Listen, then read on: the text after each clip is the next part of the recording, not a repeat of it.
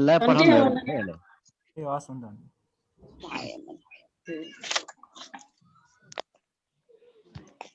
भन्दै क्लास सुरु गर्दा पनि भयो है भन्दै नमो तस्स भगवतो अरहतो सम्मा सम्बुद्धस्स सर्वप्रथम उहाँ भगवान अरहत सम्यक समुदायलाई वन्दना त्यस्तै गरी श्रद्धेय बोधिज्ञान भन्तेलाई वन्दना र यहाँ जुम क्लासमा उपस्थित हुनुभएका सम्पूर्ण विद्यार्थीहरूलाई मङ्गलमयजीको कामना गर्नुको साथसाथै हाम्रो फेसबुक पेजबाट लाइभ हेरिराख्नुभएका श्रद्धालु महाराज विद्यार्थीहरूलाई पनि मङ्गलमयजीको कामना गर्दै अब आजको कक्षा सुरु गर्न चाहन्छु।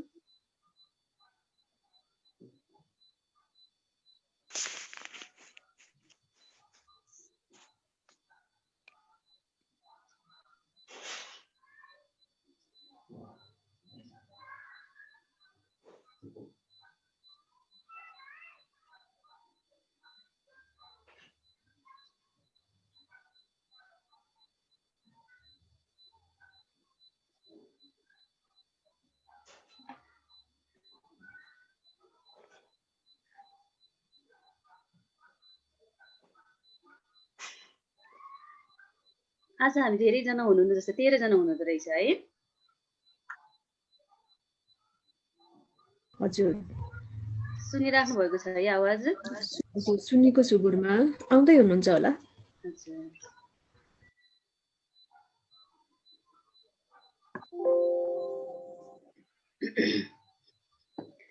अब हामीले अस्ति लोकहरूको बारेमा पढिसकेका छौँ हैन। अब त्यसपछि त्यो सँगसँगै त्यो सके पश्चात हामीले यो सम्मतको बारेमा पढिरहेका थियौँ।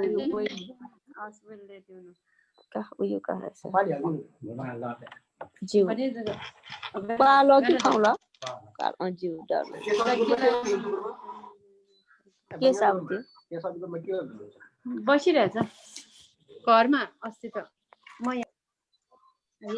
अब हामीले अस्ति गत कक्षामा चाहिँ सम्मतको बारेमा पढेका थियौँ। योभन्दा अगाडिको दुईटा हप्ताहरूमा चाहिँ दुईवटा हप्ताहरूमा हामीले अलिकति क्लासमा लिन पाएनौँ है। म पनि अलिकति बिजी भएको कारणले त्यो समयमा क्लासहरू चाहिँ सहभागी हुन सकेन। अब अस्तिको जुन 2 हप्ताभन्दा अगाडिको क्लासमा हामीले त्योभन्दा फर्स्टको क्लासहरूमा लोकको बारेमा पढेका थियौँ हैन। अनि त्यसपछि त्यो च्याप्टर सकिसकेपछि सम्मतको बारेमा सुरु गरेका थियौँ। अब सम्मतको बारेमा के सम्झिनु भएको छ तपाईहरुले सम्झिनु भएको कुराहरू अलिकति शेयर गरौँ न है। सम्मतको बारेमा सम्मत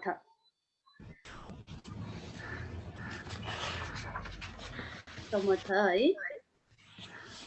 सरस्वती दिदी, निर्मला दिदीहरू हुनुहुन्छ है, सुनिति दिदी, तपाईहरु अब कतिजना सम्झिनु भएको छ अलिअलि भन्नुहोस् त। अनि अलिकति रिभिजन जस्तो पनि हुन्छ। के हो सम्मत भनेको हामीले पढिसकेका छौँ है अस्तिको कक्षाहरूमा। क्लेशलाई सम्मान वा शान्त पार्ने भएकोले सम्मत भनिन्छ भनेछ। हजुर, अनि सम्मतको प्रकारहरू चाहिँ कति प्रकारका हुन्छन् भनेर पढेका थियौँ। सम्मत 40 प्रकारका छन्। 40 प्रकारका छन्। चिना भावना 10, अशुभ 10, अनुस्मृति 10, अप्रमाण्य भावना 4, आहार प्रतिकूल संज्ञा 1, चतुर्थ व्यवस्थापन भावना 1, अरूपावचर ध्यान भावना 4। जम्मा चाहिँ 40 प्रकारका सम्मत ध्यान भावनाहरू छन् भनेर हामीले पढेका थियौँ। र मैले यो एउटा तालिका पनि बनाएर दिएको थिएँ है तपाईहरुलाई, चाहिँ पछि पढ्नको लागि पनि कन्ट गर्नको लागि सजिलो हुन्छ भनेर है। अनि यो चाहिँ तालिका तपाईहरुले अब अहिले सहज छ भने फोटो खिचेर राख्नुभयो पनि हुन्छ, अथवा पछि म चाहिँ नोट यो तपाईहरुले PDF फाइल बनाएर प्रोभाइड गर्नेछु। अनि यति यो तालिकाहरू यो भयो भने चाहिँ हामीलाई अनि सजिलो पनि हुन्छ है। हजुर, अनि यो चाहिँ हामीले सम्झिनु पर्ने हुन्छ। सम्मत चाहिँ 40 प्रकारका छन्। त्यसमा पनि अब कसिनु भावना 10, अशुभ भावना 10, अनुस्मृति भावना 10, अप्रमाण्य भावना 4, आहार्य प्रतिकूल संज्ञा 1, चतुर्धातु व्यवस्थापन 1, अरूपावचर ध्यान 4 गरेर जम्मा चाहिँ 40 वटा सम्मत ध्यानहरू चाहिँ रहेका छन् भन्ने कुरा चाहिँ हामीले पढेका थियौँ। र यो सम्मत ध्यानले चाहिँ के गर्छ भन्ने कुरामा थियौँ त भन्दा क्लेशहरूलाई दमन गर्ने, समन गर्ने भएको कारणले गर्दाखेरि नै यो सम्मत भनेर चाहिँ नाम भएको अथवा सम्मत भनेर नाम राखेको हो भन्ने कुरा पनि हामीले गत कक्षामा पढेका थियौँ। र अब हामी जान्छौँ यसैमा नै हामीले अलिकति यहाँ तलतिर चाहिँ यो जुन तालिका मात्रै पढेका थियौँ जस्तो लाग्छ गत कक्षामा है। अब अलिकति हामी यसमा यो सेन्टेन्सहरू यो लाइनहरूमा हेर्छौँ।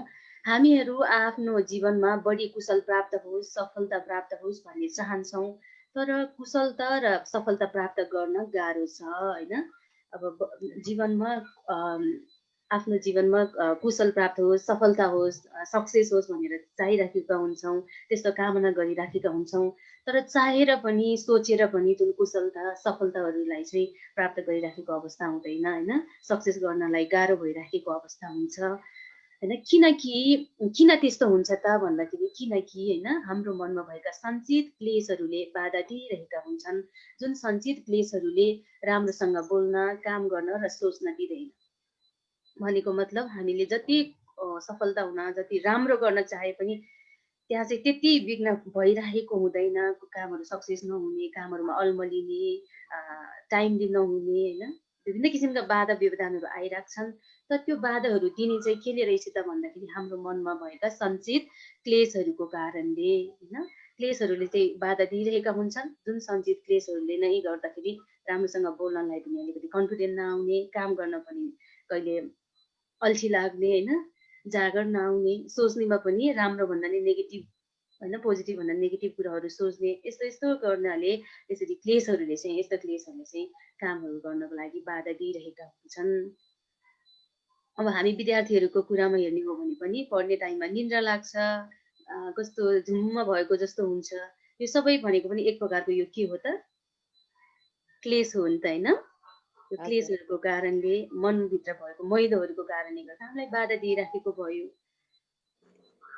र यसरी जब 3 द्वार नै अशुद्धि भएपछि सफलता र कुशल प्राप्ति गर्न असजिलो हुने हुन्छ। अब जब 3 द्वार नै अशुद्धि भएपछि भनेको मतलब 3 द्वार भन्ने बित्तिकै मन, वचन र शरीरले गर्ने कार्यहरू, मनले सोचिने सोचाइहरू नै अशुद्ध, वचनले बोल्ने बोलीहरू, शरीरले गर्ने कर्महरू अशुद्ध भइसकेपछि अब हाम्रो लाइफमा चाहिँ कसरी सफलता र कुशल प्राप्ति गर्न सजिलो हुन्छ र भन्ने कुरामा चाहिँ यो हो। त्यसैले अब मेनली चाहिँ सुरुमा मन शुद्ध हुनु पर्यो हैन। मन सँगसँगै वचनले बोल्ने बोलीहरू र अनि शरीरले गर्ने कार्यहरू पनि शुद्धि भयो, राम्रो भयो भने मात्रै सफलता प्राप्ति गर्ने हुन्छ। तर यो अर्थमा हाम्रो चाहिँ के त भन्दाखेरि मनमा क्लेशहरू भइराखेकोले, फोहोरी चिजहरू भइराखेको कारणले गर्दाखेरि बाधा दिइराखेको हुन्छ। बोल्ने बोलीको कुरामा पनि, शरीरले गर्ने विभिन्न एक्टिभिटिज कामहरू गर्ने कुरामा पनि चाहिँ यो अकुशल चेतनाहरू, क्लेशहरूले चाहिँ, अकुशल भावनाहरूले, अकुशल विचारहरूले चाहिँ भावना अथवा बाधा दिइरहेका हुन्छन्। त्यसैले सफलता र कुशल प्राप्ति गर्नलाई चाहिँ अलि असजिलो हुने हुन्छ। र भगवान बुद्धले भन्नुभएको छ हैन, भगवान बुद्धले भन्नुभएको छ निवरणहरूको कारणले मन दूषित भइरहेको हुन्छ हैन। भगवान बुद्धले चाहिँ भन्नुभएको छ निवरणहरूको कारणले गर्दाखेरि हैन मन दूषित भइरहेको छ। हाम्रो मन दूषित हुनुको कारण चाहिँ निवरण। अब यो निवरण भनेको के कस्तो रहेछ अब चाहिँ हामी त्यसबारेमा चाहिँ पढ्छौँ है त। अब निवरण, मन दूषित गर्ने चाहिँ यो निवरण भन्ने तत्त्वहरूले गर्दा मन दूषित भइरहेको हुने रहेछ र यसले गर्दा नै मन अशुद्धि हुने। जब मन अशुद्धि भइसकेपछि शरीर र वचनले गर्ने कार्यहरू पनि त्यस्तै जस्तो मनले नै ड्राइभ गरेको हुन्छ त्यस्तै अनुसारै शरीर र वचनले पनि कार्य गर्ने हुन्छ हैन। त्यसैले यो निवरणहरूको कारणले मन दूषित भइरहेको हुन्छ भन्ने कुरा उल्लेख गरिएको छ पुस्तकमा हैन। अब त्यो अनुसार अब जुन निवरण धर्मबारेको व्याख्या चाहिँ अबको हाम्रो आजको कक्षामा चाहिँ विशेष गरी हुनेछ। अब निवरण है, यो शब्दको अर्थ के रहेछ हामी यसबारे बुझौँ। निवरण कुशल कर्म, राम्रो काम गर्न बाधा दिने तत्त्वहरूलाई निवरण भनेर भनिन्छ। कुशल कर्म अथवा राम्रो काम गर्न बाधा दिने तत्त्वहरूलाई निवरण भनेर भनिन्छ। कुशल कर्म उत्पन्न गर्न अवकाश नदिनु, रोक लगाउनु, बाधा दिनु नै निवरण हो। कुशल कर्म गर्नको लागि, राम्रो काम गर्नको लागि स्वीकृति नदिनु हैन, अथवा एक प्रकारको रोक बन्देज लगाउनु, बाधा दिनु नै निवरण हो है। निवरणको मिनिङ नै बाधा दिने रहेछ। कुशल काम गर्नको लागि बन्देज गर्ने, रोक अथवा बन्देज लगाउने र बाधा दिनु नै यो निवरणको अर्थ हो। निवरणले मनमा उत्पन्न भएको कुशल भावनाहरूलाई लोप वा समाप्त पारिदिने काम गर्दछ। अब निवरणले चाहिँ अर्को के गर्ने रहेछ त भन्दाखेरि मनमा उत्पन्न भएको कुशल भावनाहरूलाई चाहिँ लोभ अर्थात् विनाश गरिदिने र अनि त्यसमा चाहिँ पोजिटिभ अथवा कुशल भावनाहरू आइराखेको छ भने चाहिँ जब कुशल भावनाहरूलाई लोभ समाप्त गरिदिइसकेपछि अब हाम्रो मनमा त के हुने हुन्छ त अकुशल भावनाहरू नराम्रो सोचाइहरू नै आउने भयो नि होइन। त्यसैले अब निवारणले चाहिँ मनमा उत्पन्न भएको कुशल भावनाहरूलाई लोभ वा समाप्त पारिदिने काम गर्दछ। उदाहरणको लागि जब मनमा लोभ चित्त वा द्वेष चित्त उत्पन्न हुँदा त्यस बेला मनमा कुनै कुशल चित्त उत्पन्न हुने अवसर हुँदैन। जुन अब हाम्रो मनमा चाहिँ लोभ चित्त आयो, द्वेष चित्त अथवा रिस भावना आयो भने त्यो अवस्थामा हाम्रो मनमा चाहिँ कहाँको राम्रो सोचाइ आउँछ त? अरूलाई दान गरौँ, त्याग गर्नुपर्छ भन्ने जुन लोभ चित्त जब मनमा एकदमै हाम्रो मनमा त्यो प्रगाढ भइराखेको छ भने त्यो समयमा अब दान दिनुपर्छ, केही न केही त्याग गर्नुपर्छ, आफूले योगदान दिनुपर्छ भन्ने चित्त आउँछ त त्यो टाइममा? आउँदैन है। त्यसैले यो लोभ एउटा पनि के हो त भन्दा निवारण हो। निवारण अथवा यो बाधा पर्दा जस्तै राम्रो काम गर्नको लागि चाहिँ छेकिदिने। जसरी बाहिरबाट कुनै दृश्यहरू अथवा बाहिरबाट भित्रको नदेखोस् भनेर चाहिँ हाम्रो झालढुक्कामा पर्दा लगाइराखेको जस्तै नै राम्रो कुशल काम गर्नको लागि, सही काम गर्नको लागि चाहिँ यो निवारणहरू चाहिँ पर्दा जस्तै अथवा त्यो बाधा दिने अथवा छेकिदिने त्यस्तो काम चाहिँ यसले गर्ने हुन्छ। र त्यसैले जब हाम्रो मनमा लोभ आयो अथवा रिस भावना, क्रोध भावना आयो भने पनि त्यस बेला मनमा कुनै कुशल चित्त उत्पन्न हुने अवसर नै हुँदैन। त्यही लोभले, त्यही रिसले, त्यही अहङ्कारले होइन अथवा त्यही चञ्चलताले नै मनमा राज गरिराखेको हुन्छ र त्यो समयमा हाम्रो कुशल चित्तहरू, राम्रो सोचाइहरू उत्पन्न हुने अवसर नै हुँदैन। यसैले निवारणले चाहिँ कुशल भावनाहरूलाई लोभ समाप्त गरेर उल्टै चाहिँ अकुशल भावनाहरू चाहिँ उत्पन्न हुने, अकुशल भावनाहरूलाई वृद्धि गर्ने काम चाहिँ गर्ने हुन्छ। अब त्यो निवारण धर्महरू चाहिँ के हुन् त? कति प्रकारका रहेका छन् त निवारण भन्ने विषयमा चाहिँ आज हामीले त्यो पनि पढ्छौँ। अब निवारणहरू कति प्रकारका छन् त? 5 प्रकारका। 5 प्रकारका के हुन्? काम, छन्द, व्यापार,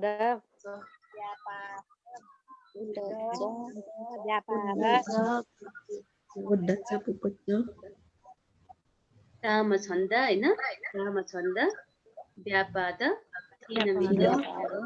कुकुच्च अनि कुचिकिच्चा भनेर यो 5 प्रकारका तत्त्वहरू, यो 5 प्रकारका तत्त्वहरू चाहिँ कहाँ हुन्छन् त? अब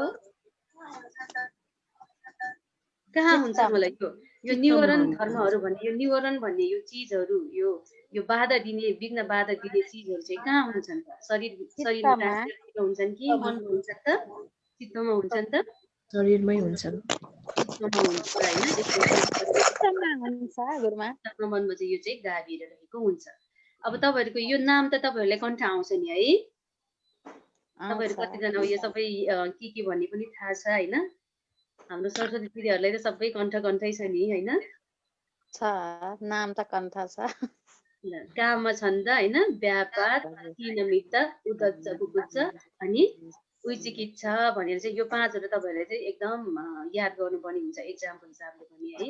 किनकि हामीले समथ पढ्ने, यो समथ ध्यान भावना भनेको नै यो कुराहरूलाई चाहिँ शान्त गर्ने अथवा समन गर्ने भएको भएर यो निवारणहरू अथवा यो मनको मैलोहरू, फोहोरहरूलाई समन गर्ने, शान्त गर्ने, दमन गर्ने भएको कारणले गर्दाखेरि नै समथ भनेर भनिएको नि है। त्यसैले अब हामी चाहिँ यो काम छन्द भनेको के रहेछ, व्यापार, निमित्त, त्यसको बारेमा चाहिँ अलिअलि यसमा चाहिँ जान्छौँ।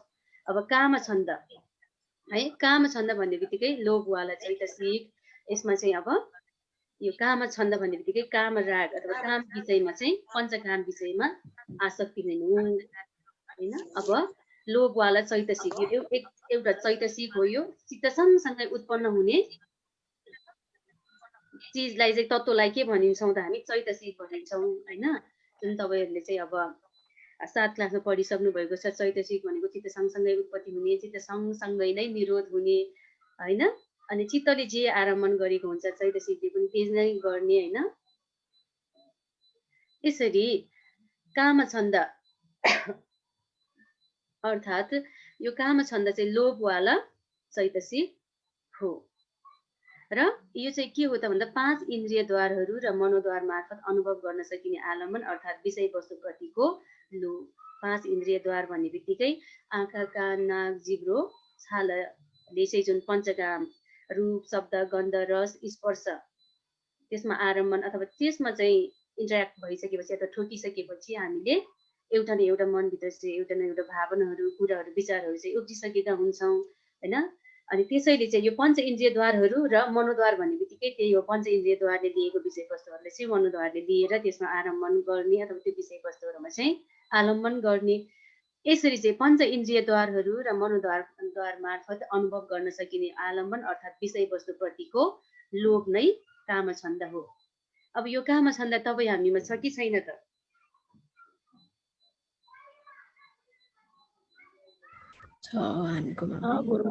हामी सबैमा भिन्न भिन्न आकार गतिका काम छन्द वा लोभ आसक्ति हुन्छन्। अब आँखाले केही राम्रो रूप दृश्यहरू देख्यो भने मन पर्यो चाहियो भन्ने हुन्छ। अनि कानले केही आवाजहरू सुरिलो आवाजहरू अथवा कसैको बोल्ने बोली तरिकाहरू शब्दहरू सुन्दाखेरि पनि त्यहाँ चाहिँ मन पर्यो चाहियो भन्ने चाहिँ एक प्रकारको त्यो लोभ भावना आयो भने के त अब यो लोभ चैतसिक अर्थात् यो कामछन्द भयो नि त होइन।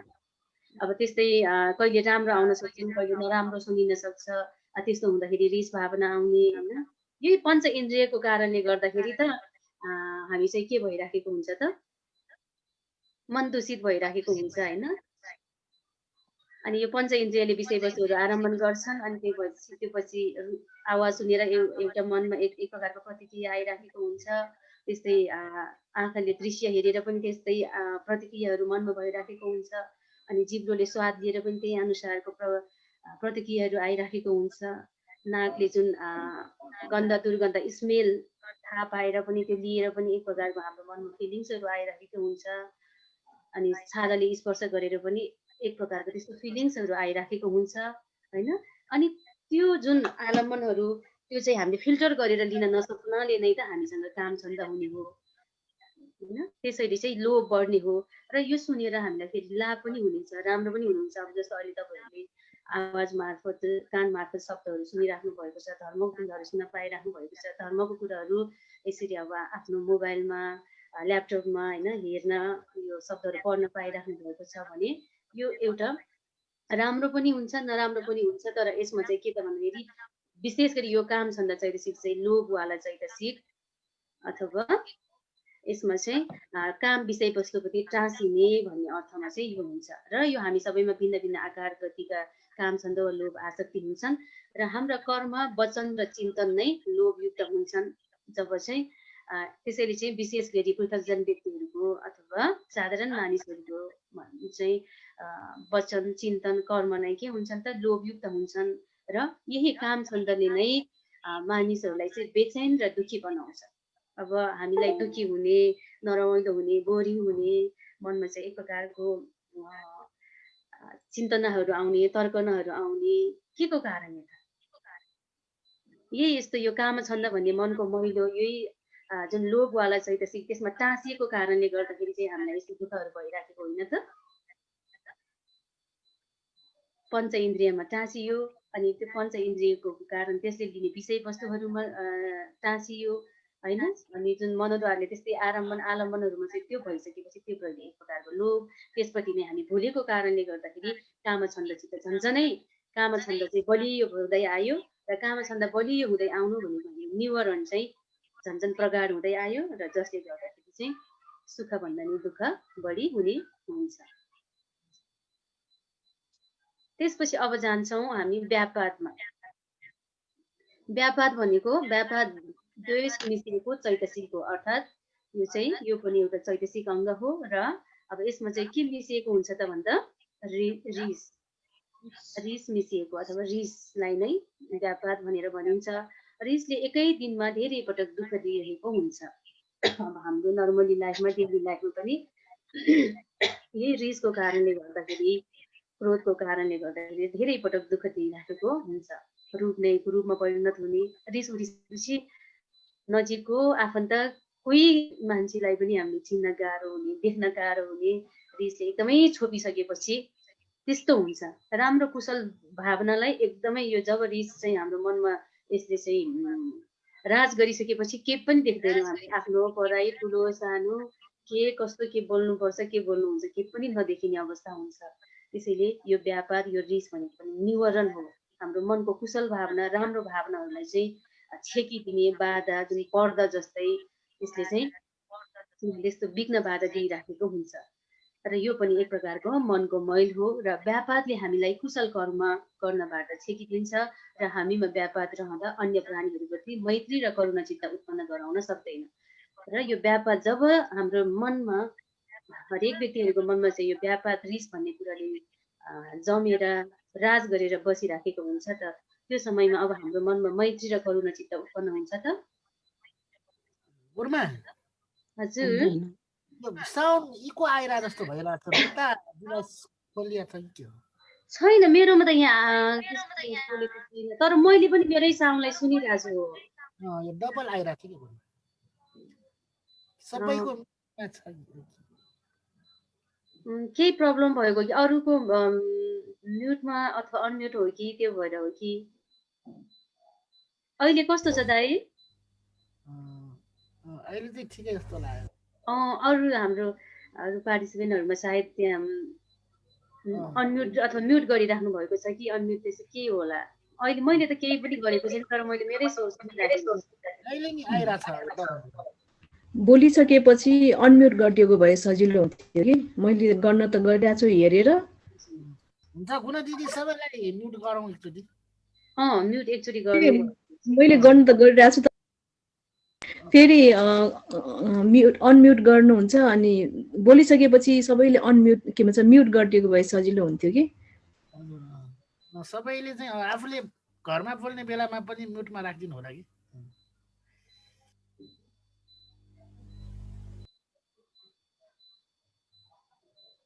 हुन्छ गुरुमा भन्नुहोस्। ठिक छ है। हुन्छ अहिले मैले सुनेन है, अहिले त्यस्तो छ? अहिले चाहिँ छैन। अहिले मैले नि मेरो आवाज सुनिराखेको थिएँ, अहिले सुनिराखेको थियो। सबैले चाहिँ त्यो अनम्युट गरेर बसिदिनु होला है, त्यो नगर्नु अन नगर्नुहोस्।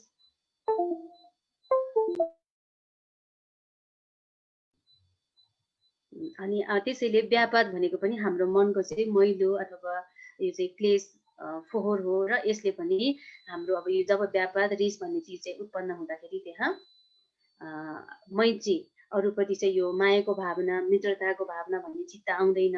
अनि करुणा भनेको अरूलाई सहयोग गर्नुपर्छ, दुखी व्यक्तिहरूलाई दुःखमा परेको व्यक्तिहरूलाई सहयोग गर्नुपर्छ भन्ने भावनाहरू चाहिँ यस्तो भावनाहरू चाहिँ विकास नै हुँदैन जब हाम्रो मनमा चाहिँ व्यापाद अथवा रिसले वास गरिराखेको छ, रिसले जमिराखेको अवस्थामा। त्यसैले यो रिसले जब हाम्रो मनभित्र चाहिँ रिसहरू यो अब कामछन्द यो लोभ चित्तहरू रिस चित्तहरू चाहिँ उत्पन्न हुँदै गइसकेको अवस्थामा चाहिँ यसरी अकुशललाई चाहिँ आफ्नो मनमा बढाउँदै आफू फोहोरी दूषित हुँदै जाने र अनि कुशल चिज राम्रो चिजहरू चाहिँ टाढा पार्दै पन्छिँदै जाने हुने रहेछ। त्यसो भएको कारणले गर्दा यो व्यापाद पनि हाम्रो मनको एक प्रकारको एकदमै मैलो र यसले पनि यो मैत्री करुणा जस्तो यस्तो राम्रो भावनाहरू आउनमा चाहिँ छेक गरिदिने अथवा रोकिदिने काम चाहिँ यसले गरेको हुन्छ। र यो मात्रै होइन, अन्य कुशल भावनाहरू नै अब जब अकुशल चिजेपछि त्यहाँ कुशल भावनाहरू वृद्धि गराउनको लागि चाहिँ दिइराखेको अथवा त्यसमा चाहिँ अवसर नै नहुने हुन्छ। अब हामी अर्को जान्छौँ थीनमिद्ध। थीनमिद्ध चित्त र चैतसिकको अल्छीपनालाई नै थीनमिद्ध भनिन्छ। थीनमिद्धले पनि मनलाई अल्छी बनाइदिन्छ होइन। अब यसको थीनमिद्धको अर्थ नै चित्त र चैतसिक होइन को अल्छीपनालाई नै थीनमिद्ध भनेर भनिन्छ। अब हाम्रो त चित्त सँगसँगै चैतसिक पनि रहेको हुन्छ।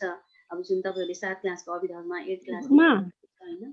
हजुर यो थीनमिद्धमा स्ट्यानमिद्ध भनेर कुन भाषा हो यो? त्यो चाहिँ खोइ स्ट्यानमिद्ध भनेर राखेको छ। थीनमिद्ध यो पाली भयो। पालीमा त थीनमिद्ध हो। हजुर हाम्रो बुकमा के छ? बुकमा पनि त्यो स्ट्यानमिद्ध के तपाईँले भन्नु? बुकमा स्ट्यानमिद्ध छ। त्यो संस्कृत जस्तो छ त्यो चाहिँ। अब मेन त पाली त यही नै भयो होइन। अब पालीमा चाहिँ थीनमिद्ध भयो। अब त्यो चाहिँ खोइ संस्कृत हो कि?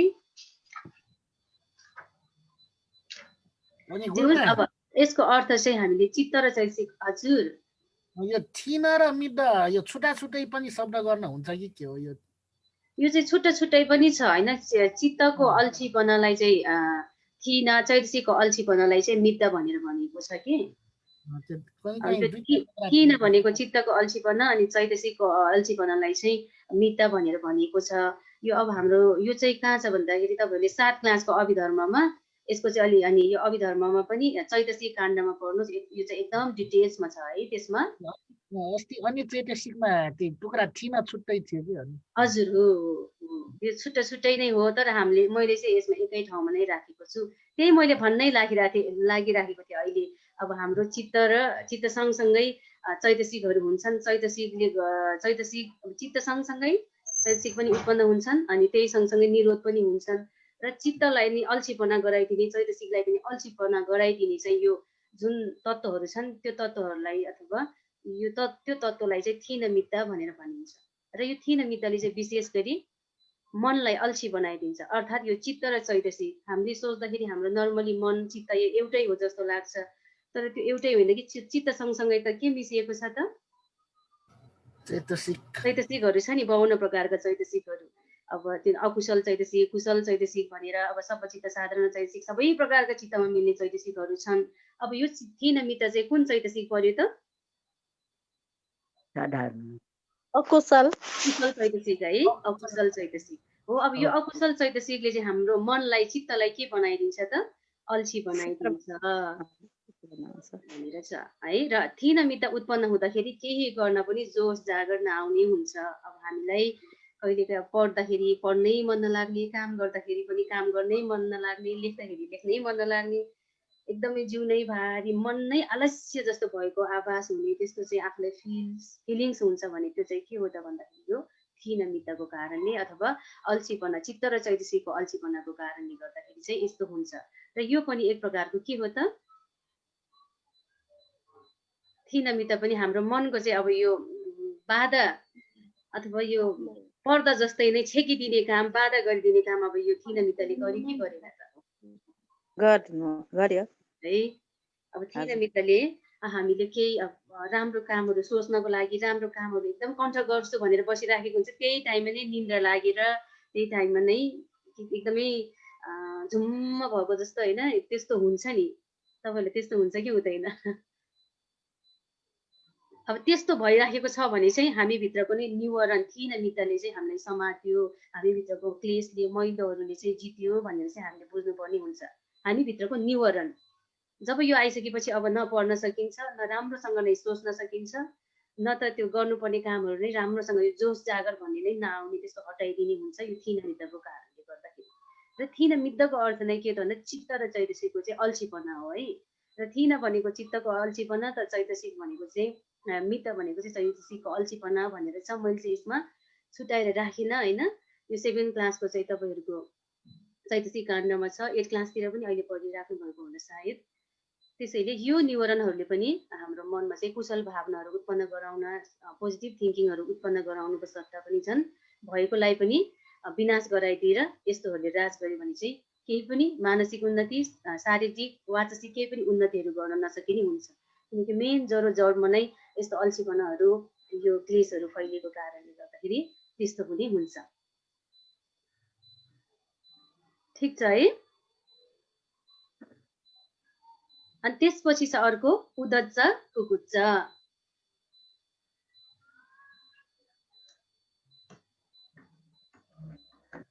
अब उदच्च कुकुच्च भनेको के हो त?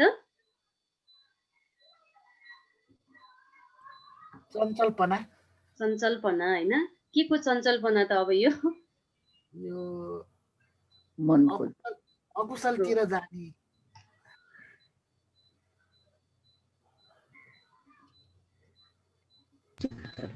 एकछिन यहाँ मेरो अलिकति प्रब्लम भयो है। अब यो चाहिँ उदच्च कुकुच्च भनेको चाहिँ उदच्चको अर्थ चित्तको चञ्चलपना हो होइन। उदच्च कुकुच्चको अर्थ चाहिँ अब उदच्चको अर्थ चित्तको चञ्चलपना हो भने कुकुच्च भनेको चाहिँ के हो त? कुकुच्चको मिनिङ के हो त? अल्छीपना हो।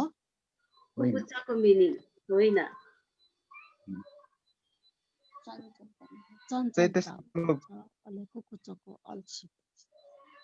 उदच्चको अर्थ चाहिँ चित्तको चञ्चलपना हो। अब हाम्रो मनमा चाहिँ विभिन्न किसिमको यहीँ बसिरहेको हुन्छ, अहिले क्लासमै हुँदाखेरि पनि यो के त्यो हो कि अलिअलि मनमा यही क्लासमा मन हुन्छ भने फेरि फेरि अरू सोच्न भ्याइसकेका हुन्छन्, एउटै विषयवस्तुमा कन्सन्ट्रेट हुँदैनन्, यताउति दौडिराखेको हुन्छ। भगवान् बुद्धले त भनिराख्नु भएको छ, एक चुकी बजाउने भित्र क्षणमा पनि लाखौँ कतिौँ पटक चाहिँ मन एकदम चञ्चल भइराख्ने, बगेको खोला जस्तै नै बगिराख्ने त्यस्तो स्वभावको त हाम्रो मन छ होइन। त्यही हो उदच्चको अर्थ चाहिँ चञ्चलपना हो भने कुकुच्चको अर्थ चाहिँ के हो त? पश्चाताप। पश्चाताप। कुशल नगरेकोमा अथवा आफूले पाप कर्म गरेकोमा चाहिँ पश्चाताप हुनुलाई नै कुकुच्चा भनेर भनिन्छ। गुरुमा हजुर आइरहेकोमा इन्टर गर्नु त त्यहाँ इन्टर गरेर तल जानु।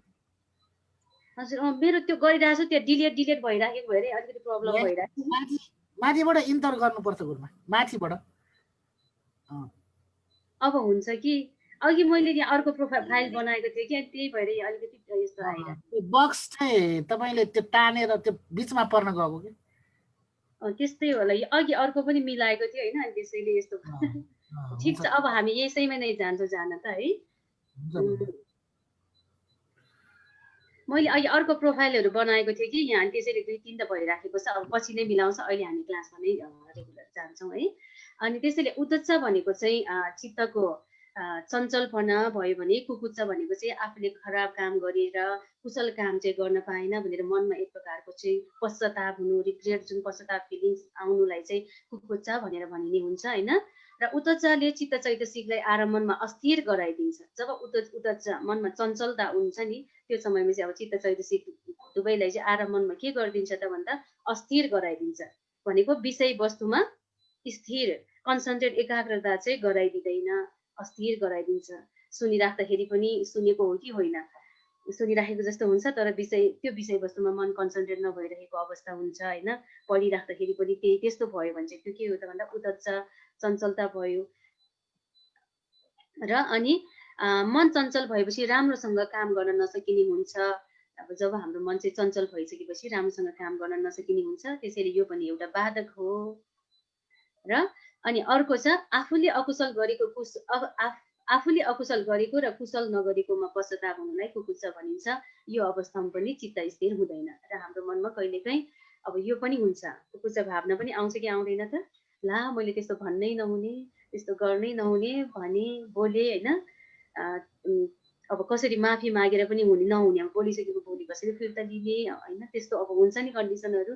अनि त्यसले गर्दाखेरि पनि कतिौँ दिनसम्म चाहिँ त्यही कुराहरूले मनमा बोलिराख्ने, त्यसैले पीडा दिइराख्ने हुन्छ भने यो पनि एउटा चाहिँ के हो त भन्दा हाम्रो मनभित्र रहेको फोहोर मैलो अथवा यो निवारणहरू। जब यो निवारणहरू चाहिँ यसरी हाम्रो मनमा डेभलप हुँदै जान्छ, उदच्च जस्तो चञ्चलपना अनि गरिसकेको अकुशल कर्महरू देखेर सम्झेर पश्चाताप हुन्छ भने यो सबै चाहिँ हाम्रो मनको के हो त मैलोहरू अथवा निवारण धर्महरू हो।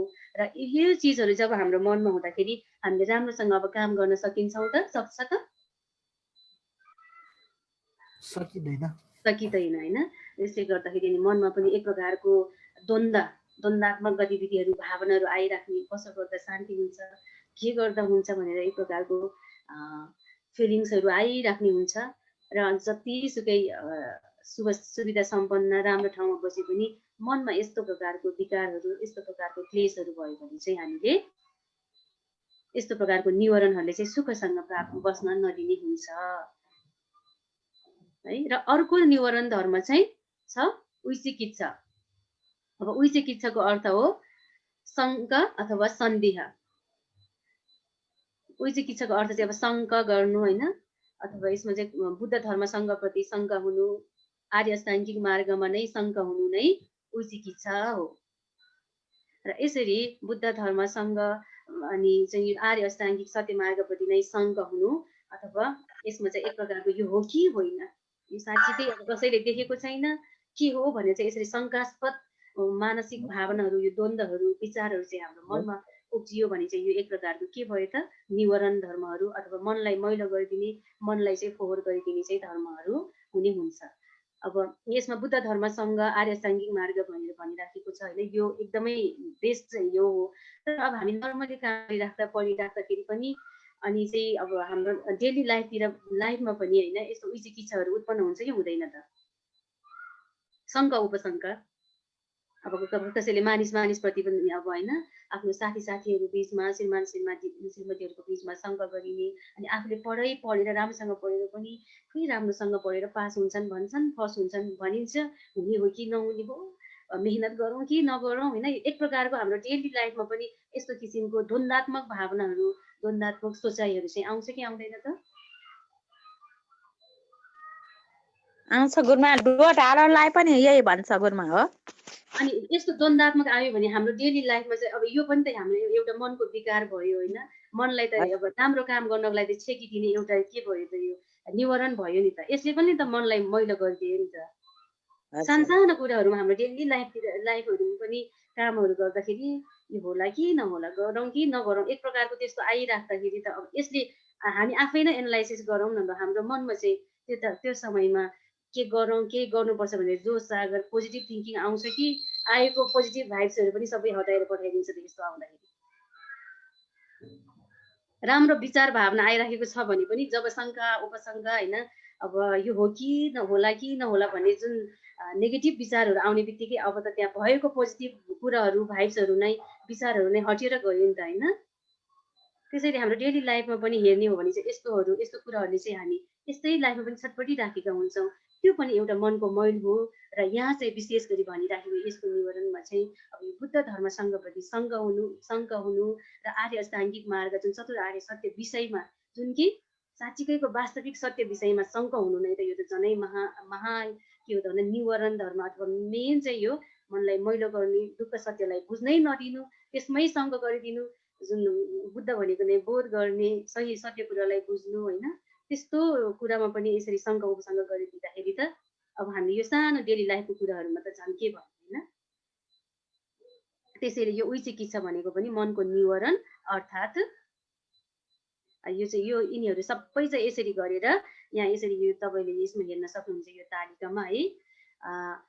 निवारण भन्ने बित्तिकै चाहिँ यो थिनमित, विचिकित्सा, व्यापार, उद्दच्च कुकुच्च र कामछन्द भनेर यसरी 5 प्रकारका निवारण धर्महरू, अर्थात् हाम्रो मनभित्र रहेका के त यो मैलहरू, फोहोरहरू होइन त। जब यो तत्त्वहरू चाहिँ हाम्रो वृद्धि हुँदै जान्छन्, विकास हुँदै जान्छन्, यिनीहरू मात्रै सल बलिएर होइन एक्टिभ भएर आउँछन् त हामीले चाहिँ दुःख हुने, राप हुने, अनि शान्तिले बस्न नसकिने, आनन्दले बस्न नदिने कारण नै यही तत्त्वहरूको कारणले गर्दाखेरि हो। र अब यहाँ कुरा चाहिँ के आउँछ भन्दा समत ध्यानले चाहिँ यो 5 वटा तत्त्वहरूलाई चाहिँ समन गर्ने, दमन गर्ने र केही हदसम्म भए पनि चाहिँ यसले चाहिँ शान्त गरिदिने भएको कारणले गर्दाखेरि चाहिँ ध्यान भावना यस्तो विधिहरू, यस्तो ध्यानहरूलाई चाहिँ समत ध्यान भनेर भनिन्छ। र जुन समत ध्यानको विषयमा नै हामीले पढ्दाखेरि यो विषयवस्तुहरूको बारेमा चाहिँ अथवा यो तत्त्वहरूको बारेमा हामीले पढिराखेका छौँ। र यसरी यो तत्त्वहरू यसरी जीवले हेरेर पढ्दाखेरि त हाम्रै मनभित्रको कुराहरूलाई चिरफार गरेर पढेको जस्तो, हाम्रै इन्टरनल मानसिक तत्त्वहरूलाई, आफ्नो गाभिएर रहेको मैलोहरूलाई बाहिर निकालेर पढे जस्तो त्यस्तो फिल हुन्छ नि है हामीलाई त। यो बुकहरू, पुस्तकहरू अध्ययन गर्दाखेरि पनि त्यस्तो हुने हुन्छ।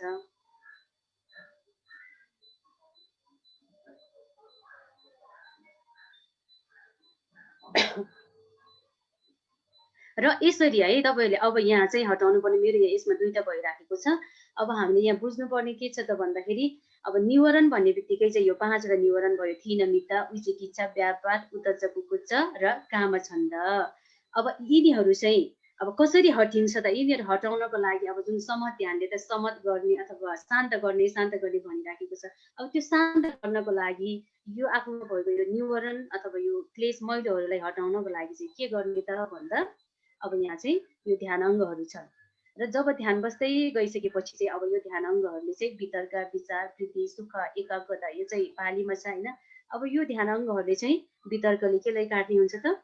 थिनमितलाई हटाउने हुन्छ, अनि विचारले विचिकित्सालाई हटाउने हुन्छ, अनि प्रीति सुखले चाहिँ व्यापारलाई हटाउने हुन्छ, र सुखले चाहिँ उद्दच्च कुकुच्चलाई हटाउने हुन्छ, र एकाग्रता अर्थात् कन्सन्ट्रेट एकाग्रताले चाहिँ कामछन्दलाई हटाउने हुन्छ भनेको। हटाउने भन्दा पनि समन गर्ने, शान्त गर्ने चाहिँ हुन्छ। त्यसैले चाहिँ मैले यो तपाईँहरूले यो तालिका बनाएर राखेको कारण चाहिँ किन त भन्दाखेरि यो एक्जाममा पनि इम्पोर्टेन्ट छ र हामीले बुझ्नुपर्ने पनि छ धेरै। यसैले यो निवारण धर्महरू पनि त हामीले नाम सिरियली यसरी कण्ठ हुनु पर्यो र अनि चाहिँ ध्यान अङ्गहरू पनि सिरियली चाहिँ यसरी कण्ठ हुनु पर्यो। यो त अब तपाईँहरूले जुन रूपवचर ध्यान चित्तदेखि नै पढेर आउनुभएको कुराहरू हो होइन। वितर्क, विचार, प्रीति, सुख, एकाग्रता र अनि यसले हटाउने चाहिँ निवारणहरू भनेर यसरी छ।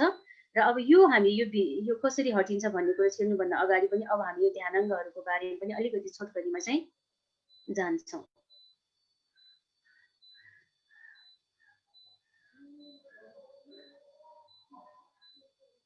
अब वितर्क छ है। वितर्क भनेको पहिलो ध्यानाङ्ग हो वितर्क, र यसमा धेरै प्रकारका चित्त साथै उत्पत्ति हुने एक प्रकारको चैतसिक हो वितर्क। धेरै प्रकारका चित्तसँग साथै उत्पत्ति हुने, सबै चित्तमा चाहिँ होइन तर धेरै प्रकारका चित्तहरूमा चाहिँ उत्पत्ति हुने एक प्रकारको चैतसिक हो वितर्क होइन। र यसलाई समथ भावनाको अभ्यास गर्ने कुशल चित्तमा विकास गरिन्छ। यसलाई चाहिँ समथ भावनाको अभ्यास गर्ने कुशल चित्तमा विकास गरिन्छ। र वितर्कको लक्षण चाहिँ गोचर विषय वस्तुमा प्रारम्भ गर्नु अथवा विषय वस्तुमा चाहिँ केन्द्रित गर्नु चाहिँ वितर्कको लक्षण हो। वितर्कले गर्ने काम पनि रूपहरू देखिरहेछ भने त्यो रूपमा चाहिँ चित्तलाई त्यहाँसम्म पुर्याइदिनु, त्यो रूप के देखिराखेको छ त्यो रूपमा चाहिँ क्याप्चर गर्नको लागि चाहिँ त्यसमा चाहिँ प्रारम्भ गरिदिनु, अथवा कानले आवाजहरू सुनिराखेको छ भने त्यो आवाज सुन्नको लागि चाहिँ त्यो विषय वस्तुमा प्रवेश गराइदिनुलाई नै वितर्क, त प्रवेश गर्नुलाई नै वितर्क भनेर भनिन्छ। र यसको कृत्य काम हो गोचरहरूलाई पुनः पुनः मनन गर्नु। अब वितर्कको काम चाहिँ के हो त भन्दा गोचरहरू भनेको विषय वस्तुहरू भनेको है। गोचर र विषय वस्तुमा तपाईँहरू कन्फ्युज नहुनु। अब वितर्कको काम नै गोचरहरूलाई चाहिँ पुनः पुनः मनन गर्नु भनेको विषय वस्तुहरूलाई नै पुनः पुनः चाहिँ मनन गर्नु। त्यो विषय वस्तु सुनिराखेको छ भने सुनिराखेको आवाजहरू, हेरिराखेको छ भने हेरिराखेको रूपहरू होइन, त्यस्तो विषय वस्तु इत्यादि त्यो सहित अरू अन्य जे गरिन्छन् होइन त्यो विषय वस्तुहरूमा चाहिँ आराममा प्रवेश गर्नु नर्मली बुझ्दाखेरि चाहिँ। तर अब यहाँ ध्यानको कुरामा चाहिँ जुन कसिन ध्यान भावनाहरू छन् होइन, 40 प्रकारका ध्यान विधि मध्ये एउटा आफूले जुन लिइराखेको छ भने त्यो ध्यान विधिमा त्यो ध्यान भावनामा चाहिँ के त भन्दा त्यो विषय वस्तुमा चाहिँ आफूले जुन हेरेर बसिराखेको छ त्यो विषय वस्तुमा चाहिँ प्रवेश गर्नु अथवा विषय वस्तुमा चाहिँ त्यसमा इन्ट्री गर्नु। र यसको काम चाहिँ कृत्य भनेको काम हो यसको काम चाहिँ। अनि त्यो विषय वस्तुहरूलाई फेरि पुनः पुनः चाहिँ मनन गर्नु, विचार गरिराख्नुलाई चाहिँ अथवा त्यसमा पुनः पुनः चाहिँ निरीक्षण गर्नु, पुनः पुनः चाहिँ त्यो चित्तलाई त्यसमा पुर्याइराख्नुलाई चाहिँ वितर्क भनेर भनिन्छ। र गोचरमा चित्तको अभिमुख आकर्षण गर्नु। अब गोचरमा अथवा विषय वस्तुमा चाहिँ चित्तको विशेष गरी चाहिँ त्यसमा आकर्षण गर्नु, कुनै पनि विषय वस्तुमा चित्तलाई चाहिँ त्यस विषय वस्तुप्रति आकर्षण गर्नुलाई नै वितर्क भनेर भनिन्छ। र वितर्कले ध्यानाङ्गको रूपले त थिनमित्त हटेको हुन्छ। अब यहाँनिर अघिको अब यो तालिकाको कुरा चाहिँ अब आउँछ होइन। र वितर्कले ध्यानाङ्गको रूप लिँदाखेरि अब के हटेको हुन्छ त भन्दा थिनमित्त हटेको हुन्छ भनेको जुन विषय वस्तुमा ठ्याक्क केन्द्रित हुँदाखेरि चाहिँ अब त्यो थिनमित्त अथवा अल्छीपना चाहिँ हटेको हुन्छ। आलस्य भइरहेको, जोस जागरै नभइरहेको, एकदमै चाहिँ अब त्यो आलस्य जम्म भइराखेको अवस्थामा चाहिँ त्यस्तो चिजलाई चाहिँ यो वितर्कले हटाइदिएको हुन्छ। किनकि वितर्कको त कामै कुनै पनि विषय वस्तुमा अथवा ध्यान बसिराखेको भने जुन ध्यानको जुन आफूले जुन लिएर बसेको कसिन हुन्छ त्यो कसिन अथवा जुन ध्यान विषय वस्तुहरूमा चाहिँ त्यसमा आरम्भन गराइदिनु अथवा अन्य कुनै विषय वस्तु कामहरू गर्दाखेरि पनि अब ठ्याक्क त्यो विषय वस्तुमा आफ्नो मनलाई केन्द्रित गराउँदा अथवा मन चाहिँ त्यो विषय वस्तुमा प्रवेश गरेको अवस्थामा चाहिँ प्रवेश गरेको हुन्छ। अनि त्यसले बारम्बार चाहिँ पुनः पुनः चाहिँ मनन गरेको, त्यसमा परीक्षण निरीक्षण अथवा त्यसमा लागेको अवस्था हुन्छ। र त्यस्तो अवस्था हुँदाखेरि चाहिँ हाम्रो मनमा के हट्ने हुन्छ त थिनमित्त भनेको अल्छीपना, आलस्यता, चित्त र चैतसिकको आलस्यता र अल्छीपना चाहिँ हटेको हुन्छ। र त्यसैले अब यहाँ हाम्रो फिगरमा यसमा तालिकामा के छ त भन्दा वितर्कले जब वितर्क ध्यानाङ्गहरू चाहिँ हाम्रो मनमा प्रबल हुँदै आउँछ, वृद्धि हुँदै आउँछ त अब बिस्तारै यो थिनमित्त भन्ने मनको मैलो चाहिँ हटिँदै जाने हुन्छ। भनेको मतलब त्यो क्लेशहरू यो थिनमित्तले अल्छीपनाले आलस्यपनाले हामीलाई के गर्न नि जागर नलाग्ने, के गर्न नि मन नलाग्ने जुन भइराखेको हुन्छ नि त्यस्तो चाहिँ यो तत्त्व चाहिँ बिस्तारै हटेर जाने हुन्छ।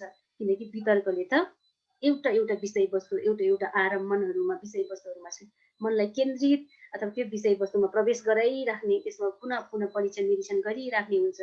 त्यसरी गरिराख्दाखेरि अब यो थिनमित अल्छीपना त हुँदैन, किनकि त्यसमा त एकदम एक्टिभ भएर लागिराख्ने हुन्छ यो वितर्क होइन। जब यस्तो भइसकेपछि चाहिँ अब यो अङ्ग, यो वितर्क चित्त, यो चैतसिकले चित्तलाई एकदम एक्टिभ बनाइराखेको कारणले गर्दाखेरि, एकदम सक्रिय बनाइराखेको कारणले गर्दाखेरि मानसिक तत्त्व जुन थिनमित भने चाहिँ जुन मनको मैलो छ, जुन निवारण छ, यो चाहिँ बिस्तारै चाहिँ दबिएर जाने, शान्त भएर जाने हुन्छ। र यताको यो राम्रो तत्त्व चाहिँ हाम्रो मनमा चाहिँ विकास भएको हुन्छ। र यसरी ध्यान विषयमा कर्म स्थानमा चिन्तन गर्दा वितर्कले थिनमितलाई अस्थायी रूपमा रोक्दछ। अब स्थायी पुरै टोटली चाहिँ होइन, तर अस्थायी रूपमा चाहिँ यसलाई चाहिँ समन गरेको, शान्त गरेको चाहिँ हुन्छ वितर्कले थिनमितलाई। र अब अहिले हामीले क्लास लिइराख्दाखेरि पनि ध्यानकै मात्र कुरा भन्दा नि होइन, अब अहिले यो क्लास लिइराख्दाखेरि पनि तपाईँहरूले अब एकदम कन्सन्ट्रेट भएर सुनिराख्नु भएको छ, यो हेरिराख्नु भएको छ भने तपाईँहरूको चित्त त अब यो ठ्याक्क क्लासमा भयो नि।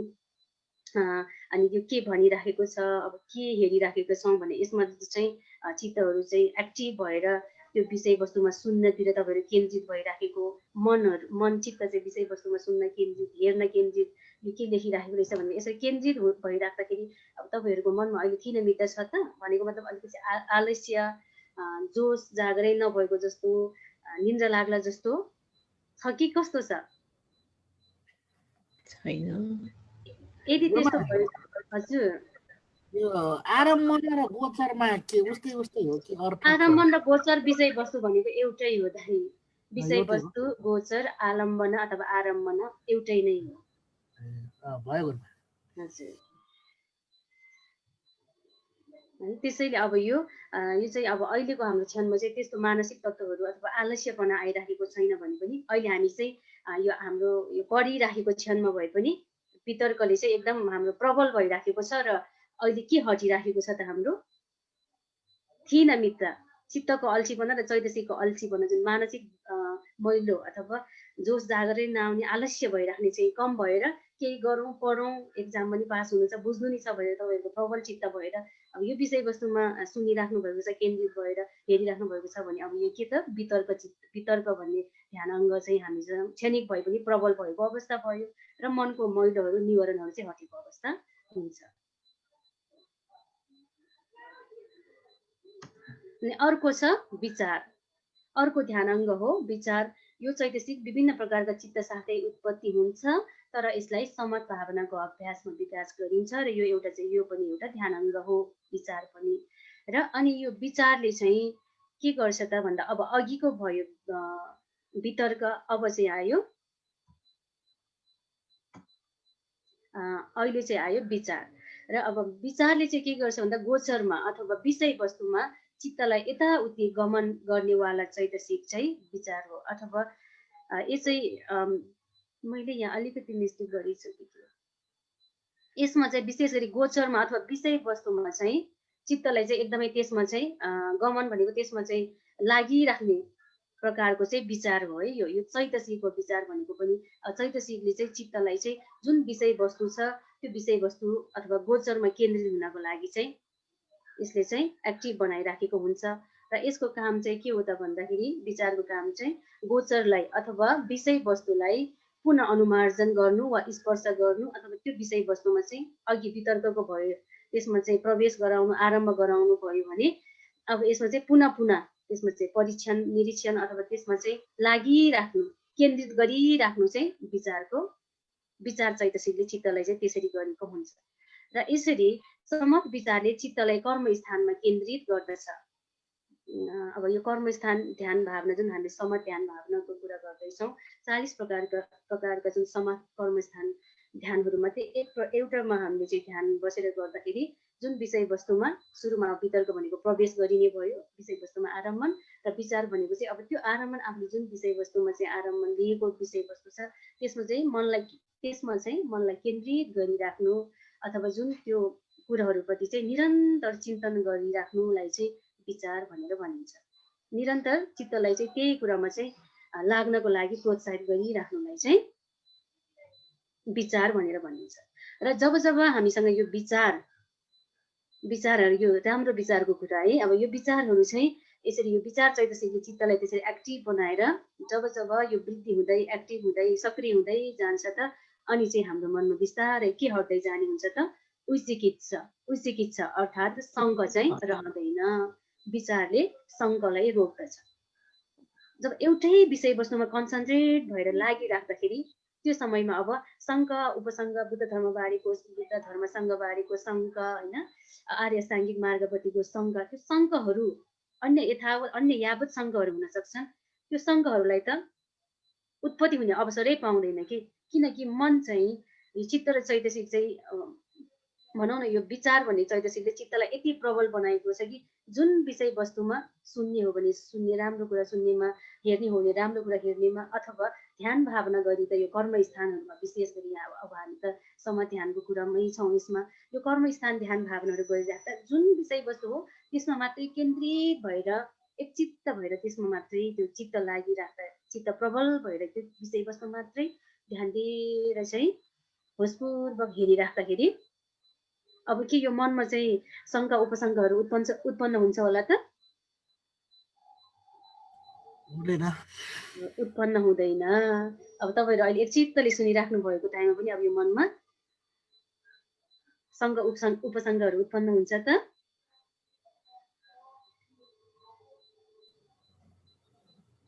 उत्पन्न भए पनि कमै मात्रामा हुने हुन्छ। जे होस् अब यो समत ध्यान भावनालाई लिएर नै एकदमै राम्रोसँग ध्यान बस्दाखेरि चाहिँ यो बिस्तारै यो ध्यान अङ्गहरू वृद्धि हुँदै एक चित्तमा केन्द्रित हुँदै गइसकेपछि अब बिस्तारै चाहिँ के हुँदै जान्छ त भन्दाखेरि यो शङ्क अर्थात् उचिकित्सालाई चाहिँ हटाउँदै गएको हुन्छ। त्यसैले अब तपाईँहरूले बुझ्नुपर्ने हुन्छ वितर्कले थिनमित्तलाई हटाउने हुन्छ भने विचार ध्यान अङ्गले उचिकित्सालाई हटाउने हुन्छ। यो चाहिँ एकदमै हामीले एक्जामको हिसाबले एकदमै बुझ्नुपर्ने कुरा हो र हामीले अहिले पनि बुझ्न सक्छौँ। हाम्रो मन जहिले पनि मैलिन्छ, जहिले पनि दुःख हुन्छ। किन? यही निवारण धर्महरू भएको कारणले गर्दा हामीलाई चाहिँ जहिले पनि एउटा न एउटा भइराख्ने, एउटा न एउटा सुखी नहुने, आनन्द नहुने। अब जब यो तत्त्वहरूलाई नै बिस्तारै यसरी निकाल्दै पठाउन सक्यौँ, ध्यानाङ्गहरू मात्रै वृद्धि गर्दै लान सक्यौँ भने हाम्रो यो क्लेशहरू शान्त हुँदै दान्त हुँदै जाने अवस्था हुन्छ। बिस्तारै बिस्तारै मनमा शीतलता शान्ति चाहिँ आउने हुन्छ। र अब अर्को तत्त्व छ, अर्को चाहिँ ध्यानाङ्ग छ प्रीति। प्रीति भनेको प्रीति अकुशल चित्तहरूसँग पनि उत्पत्ति हुन्छ, तर यसलाई चाहिँ समाजमा विकास गर्दा एउटा ध्यानाङ्ग हो र यो चाहिँ कुशलमा लिनुपर्ने हुन्छ हामीले चाहिँ। र प्रीति भनेको चाहिँ अर्को व्यापक सुख हो। प्रीति भनेको एक प्रकारको व्यापक बृहत सुख हो र यस सुख जुन प्रीति उत्पन्न हुँदाखेरि चाहिँ अब हाम्रो मनमा के हटेर जान्छ त भन्दाखेरि व्यापार अर्थात् रिस भावना चाहिँ हट्ने हुन्छ। प्रीतिले व्यापार भन्ने अथवा रिस भावना निवारणलाई चाहिँ रोक्दछ। जब हाम्रो मनमा चाहिँ खुसी होइन प्रसन्नताको क्षण आउँछ, आनन्द आभास, आनन्द भएको प्रसन्न भएको फिल हुन्छ त त्यो समयमा चाहिँ हाम्रो मनमा देशचित्त उत्पन्न हुन्छ त? हुँदैन। त्यसैले प्रीतिले के गर्छ त भन्दा प्रीतिले अर्थात् प्रीति भनिन्छ पालीमा, नेपालीमा प्रीति भयो अनि यहाँ व्यापार छ, नेपालीमा यसको अर्थ रिस हो। अब प्रीति जब हाम्रो मनमा चाहिँ आनन्द खुसी अनि प्रसन्नता हुन्छ नि, त्यो प्रसन्नता खुसी भएको क्षणमा अब के यो व्यापार रिस भन्ने चिज आउँछ त? आउँदैन नि है। त्यसैले यो प्रीति भन्ने ध्यानाङ्ग यस्तो भावनाहरू कुशल काममा रमाएको अथवा राम्रो ध्यान अभ्यास गर्दै जाँदाखेरि विभिन्न आरम्भहरू जिउ नै कस्तो हल्का हुने, यस्तो हुँदै जाँदाखेरि हामीले कस्तो आनन्द, साँच्चीकै जिउ नै हल्का हुने भन्ने कति खुसी हुन्छ भने त्यो समयमा भनेको अब यो व्यापार भन्ने रिस भावना भन्ने हुँदैन। यसरी ध्यानाङ्गहरू वृद्धि हुँदै जाँदाखेरि यो यताको मानसिक मैलोहरू, यो विकारहरू मनभित्र घुम्सिएर रहेको यो तत्त्वहरू चाहिँ बिस्तारै शान्त हुँदै दमन हुँदै जाने हुन्छ।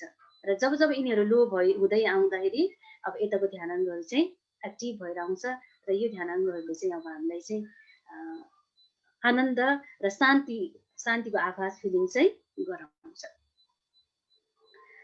र अनि अर्को छ सुख। अर्को ध्यान अङ्ग हो सुख। यो लास्टको छ हो है, अब लास्ट होइन सेकेन्ड लास्ट भयो।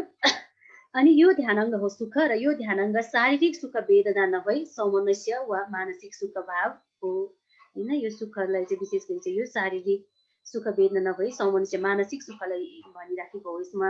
र सुख ध्यान अङ्गले चाहिँ उद्दच्च कुकुच्चलाई हटाउँदछ।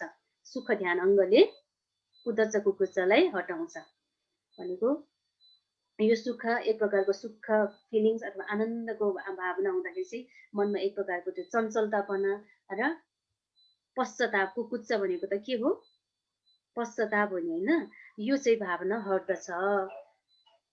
सुख ध्यान अङ्ग हुँदाखेरि चाहिँ यसरी चञ्चलता र कुकुच्च, अब पश्चाताप, ला मैले यस्तो नराम्रो काम गरेँ त्यस्तो नराम्रो काम गरेँ भनेर त्यस्तो यो भन्ने त्यस्तो भावना चाहिँ यो कुकुच्चा चाहिँ हटेको हुन्छ। जब यो सुख ध्यान अङ्गहरू चाहिँ वृद्धि हुँदै जाँदाखेरि चाहिँ यो अवस्थामा पुग्दाखेरि चाहिँ एक त चञ्चलता हटेको हुन्छ, त्यो हो कि यो हो कि त्यो सुरुको ध्यान, यो पहिलो ध्यान स्टेपहरूतिर त एकदमै यो कुरोहरू वृद्धि भइराखेको हुन्छ, चञ्चलता हुने, मन एक ठाउँमै नबस्ने, अनि पहिलाको कुरा सम्झिने, यताउति हुने, पश्चातापको कुराहरू आउने, यस्तो हुन्छ। त जब यो ध्यान अङ्गहरू वृद्धि हुँदै जाँदाखेरि जब सुख ध्यान अङ्गसम्म कुकुच्च हट्दै जान्छ र कुकुच्च पश्चाताप पनि हट्दै जाने हुन्छ। त्यसैले यो तालिकामा चाहिँ सुख भन्ने ध्यान अङ्ग वृद्धि हुँदै जाँदाखेरि चाहिँ अब के हट्दै जाने हुन्छ त भन्दा उद्दच्च र कुकुच्च हटेर जाने हुन्छ। र प्रीति र सुखमा के फरक छ अलिकति हामी यसमा जान्छौँ है तल। र अनि प्रीति र सुख एउटै विषयवस्तु होइन। विशुद्धि मार्गमा प्रीति र सुखको भिन्नताको विषयमा यसरी भनिएको छ है। अब यसमा पनि हामी हेर्छौँ, जहाँ दुईटै शब्दहरू प्रयोग हुन्छन्, प्रीति भनेको चाहिँ अब के हो त भन्दाखेरि विशुद्धि मार्गमा उल्लेख भइराखेको अनुसार चाहिँ प्रीति भनेको इच्छित वस्तु प्राप्त गर्दाको तृप्ति वा सन्तुष्टि नै प्रीति हो भने सुख भनेको चाहिँ प्राप्त त्यस वस्तुलाई वास्तविक रूपमा अनुभव गरिने आनन्द हो। प्रीति भनेको चाहिँ आफूले इच्छित वस्तु प्राप्त गर्दाको तृप्ति अथवा सन्तुष्टि हो। आफूले इच्छाएको चिज वाउ प्राप्त भयो, मैले इच्छा गरेको चिज प्राप्त हुने भयो भनेर त्यो खबर सुन्ने बित्तिकै सन्तुष्टि हुने, आनन्द भएर चाहिँ आनन्दको फिलिङ्स एकदम मन प्रसन्न गरेर बस्नु चाहिँ प्रीति हो भने सुख भनेको चाहिँ जुन आफूले जुन इच्छित प्राप्त गरेको वस्तुलाई वास्तविक रूपमा अनुभव गर्दाखेरि जुन आनन्द आउने हो नि त्यो आनन्दलाई चाहिँ सुख भनेर भनिन्छ। जहाँ प्रीति हुन्छ त्यहाँ सुख पनि हुन्छ, किन्तु सुख रहेको ठाउँमा प्रीति रहनुपर्छ भन्ने कुरा चाहिँ होइन। र प्रीति चाहिँ के स्कन्ध अन्तर्गत पर्दछ त भन्दा संस्कार स्कन्ध अन्तर्गत पर्दछ प्रीति भने। सुख वेदना स्कन्धभित्र चाहिँ प्रीति चाहिँ मेरो यहाँ अलिकति कस्तो देखिराखेको छ अलिअलि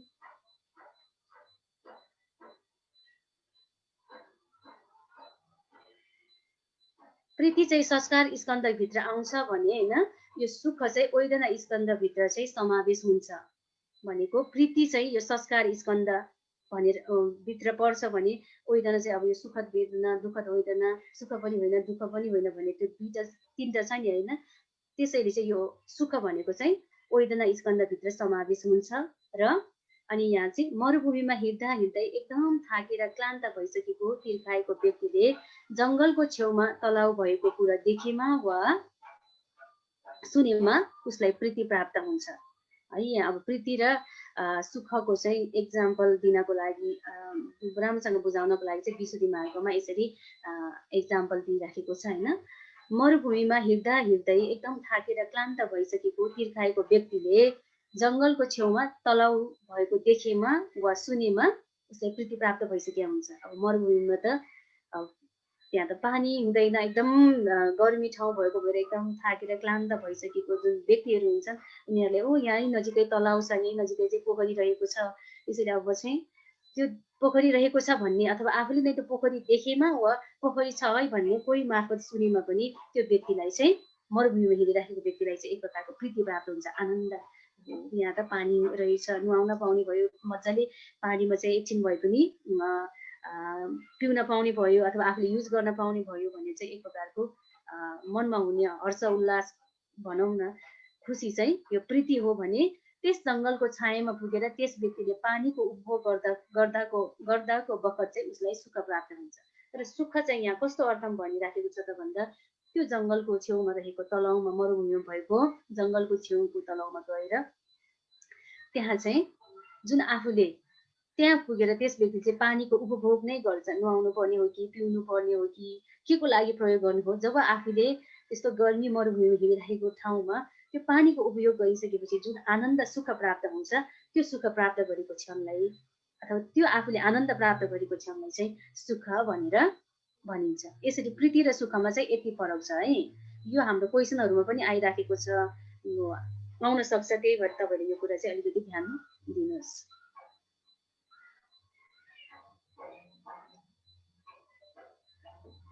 र अनि अर्को हाम्रो लास्टको ध्यान अङ्ग छ एकाग्रता है। एकाग्रता भनेको एउटै विषयवस्तुमा ध्यान केन्द्रित हुनु एकाग्रता हो। यसले आलम्बनमा चित्तलाई केन्द्रित गर्दछ।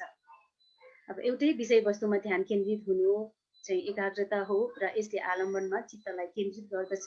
अब जसरी पिठो एक डल्लो ढिक्क हुनको लागि पानीको आवश्यकता पर्दछ, त मन पनि एकचित्त भई कार्यहरू गर्न, ध्यान अभ्यास, अन्य जुनसुकै पनि काम गर्न एकाग्रताको आवश्यकता पर्दछ। भनेको मतलब जसरी चाहिँ पिठोहरूलाई एकमुष्ट जुन डल्लो बनाउनको लागि, ढिक्क बनाउनको लागि होइन, जुन त्यो बनाउनको लागि चाहिँ पानीको आवश्यकता पर्दछ होइन। पानीले जुन मुछिसकेपछि चाहिँ त्यो एक ढिक्क हुने हुन्छ, होइन भने चाहिँ त्यो हावा जुन पिठो मात्रै भयो भने चाहिँ त्यहाँ हावाहुरीले उडाएर लाने, हावाले उडाएर लाने अथवा कहीँ केही त्यस्तो चाहिँ यताउति उडेर जाने हुन्छ। हिँडाइले काम गर्दाखेरि पनि त्यस्तो हुँदै चाहिँ युज नहुने अवस्थामा पनि पुग्न सक्छ। अब त्यसैले अब यहाँ चाहिँ के भनेको छ त भन्दा, जसरी पिठो एक डल्लो ढिक्क हुनको लागि पानीको आवश्यकता पर्दछ, त मन पनि एकचित्त भई कार्यहरू गर्न ध्यान अभ्यास वा अन्य जुनसुकै काम गर्नको लागि एकाग्रताको आवश्यकता पर्दछ। भनेको एकाग्रता भनेको यस्तो पावर हो, यस्तो चाहिँ हो कि यसले चाहिँ सबै चिजहरूलाई चाहिँ एकरूपता गरिदिन्छ। नलेजहरूलाई वृद्धि गर्नको लागि, आफ्नो कामहरूमा सफलता ल्याउनको लागि होइन, जे कामहरू गर्नको लागि पनि यसले चाहिँ एक्टिभ भएर युनिटी भएर चाहिँ काम गर्नको लागि प्रोत्साहन गर्ने त्यस्तो तत्त्व, त्यस्तो चैतसिक चाहिँ यो एकाग्रता हो।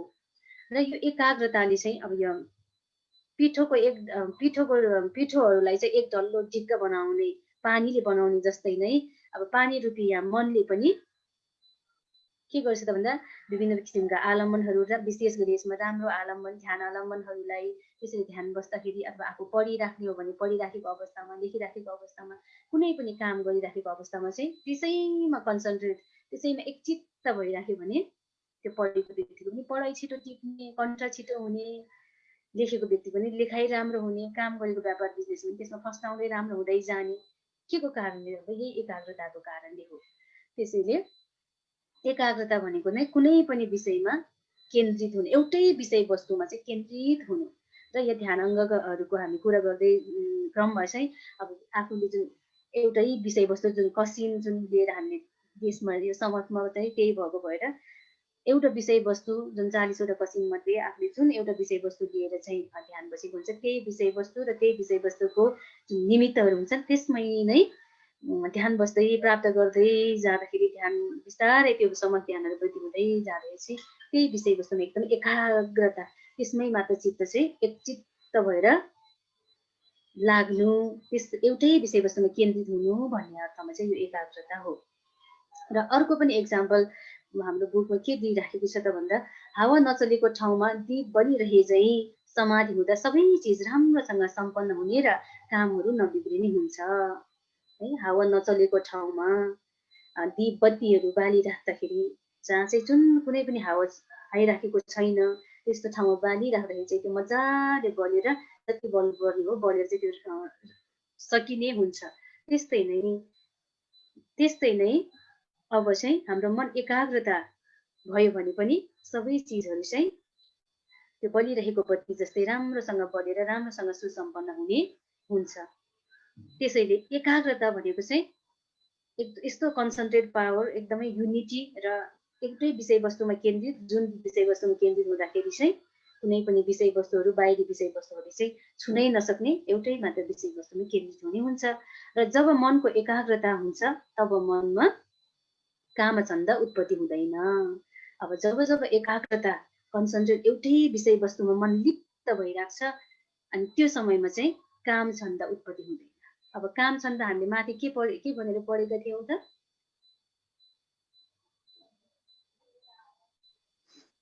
कामछन्द कामछन्दले एकाग्रले कामछन्दलाई हटाउँछ।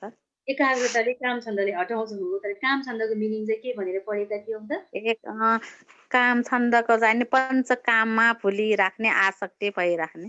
हजुर, पञ्चकाममा भुलिराख्ने आसक्ति भइराख्ने।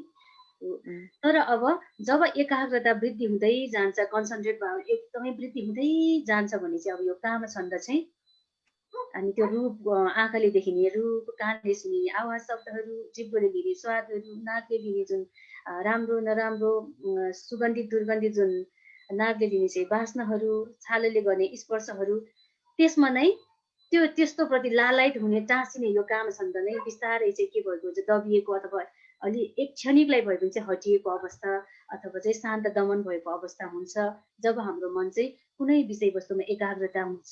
अथवा विशेष गरी अब यहाँ त हामीले कसिङ समथ भावनाको कुरा गरिराख्दाखेरि यसमा त अब 40 प्रकारका कसिङ मध्ये एउटा कसिङ हेर्दै जाँदाखेरि त्यही विषयवस्तु, एउटा कसिङ ध्यान विधिमा हामी बस्दाखेरि त्यही विषयवस्तुमा कन्सन्ट्रेट एकाग्र भयो भने त्यसमा मात्रै लट्ट हुन्छ र अनि त्यही मात्रै त्यसमा मात्रै लगाव भइराख्दाखेरि यो कामछन्द चित्त उत्पन्न हुन्छ त हाम्रो मनमा।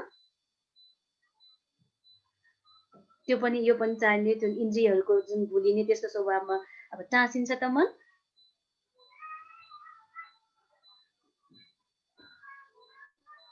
टाँसिँदैन नि है। अब जस्तो हामी एकदमै ध्यान दिएर पढिराखेको हुन्छ, पढ्दा पढ्दै दिनभरि लगेर त्यो पढिराख्दाखेरि त्यसमै मात्र एकाग्रता भइसकेपछि त्यही मात्रै दिमागमा त्यही मात्रै गइरहेको हुन्छ, त्यो पढ्दा नै आनन्द आइराखेको हुन्छ नि, त्यो क्षणिकको लागि भए पनि चाहिँ के हट्यो त, कामछन्द चाहिँ हटिराखेको हुन्छ। भनेको त्यो यता नि टाँसिने उता नि टाँसिने, एकदमै एकचित्त भएर कुनै काममा होस्, कुनै पढाइ अध्ययनमा होस् अथवा जेसुकै गर्दाखेरि एकाग्र लगावले एकदमै दिलचस्पी लिएर इन्ट्रेस्ट लिएर त्यो काम गरिराखेको अवस्थामा त्यस्तो समय पनि यो चाहिँ क्षणिक भए पनि हुँदैन र जसले गर्दाखेरि हाम्रो मन फ्रेस भइराखेको जस्तो हुन्छ नि। त्यसैले यसरी एकाग्रताले चाहिँ के हटाउँछ त भन्दा यो कामछन्द भन्ने मनको मैलोलाई हटाउने हुन्छ। यसरी यो 5वटा ध्यान अङ्गले यो 5वटा पञ्चनिवरण धर्म भनेर भनिन्छन्, अथवा पञ्च भनेको 5, निवरण भनेको बाधाहरू हैन। यो 5वटा निवरणहरूलाई चाहिँ यो 5वटा ध्यान अङ्गहरूले हटाएको हुन्छ र हटाएको भन्दा नि शान्त दमन गरेको हुन्छ। र त्यसो भएको कारणले गर्दाखेरि यो समथ ध्यानले चाहिँ विशेष गरी यो चिजहरूलाई समन गर्ने, दमन गर्ने, केही हदसम्म भने शान्त गर्ने भएको कारण यो 5वटा ध्यान अङ्गहरूले यो 5वटा निवरण धर्महरूलाई चाहिँ समन अर्थात् दमन गर्ने, दबाएर राख्ने भएको कारणले गर्दाखेरि चाहिँ समथ ध्यान भावना भनेर भनिएको। र यो चाहिँ तपाईँहरूको लागि एकदम इम्पोर्टेन्ट छ है।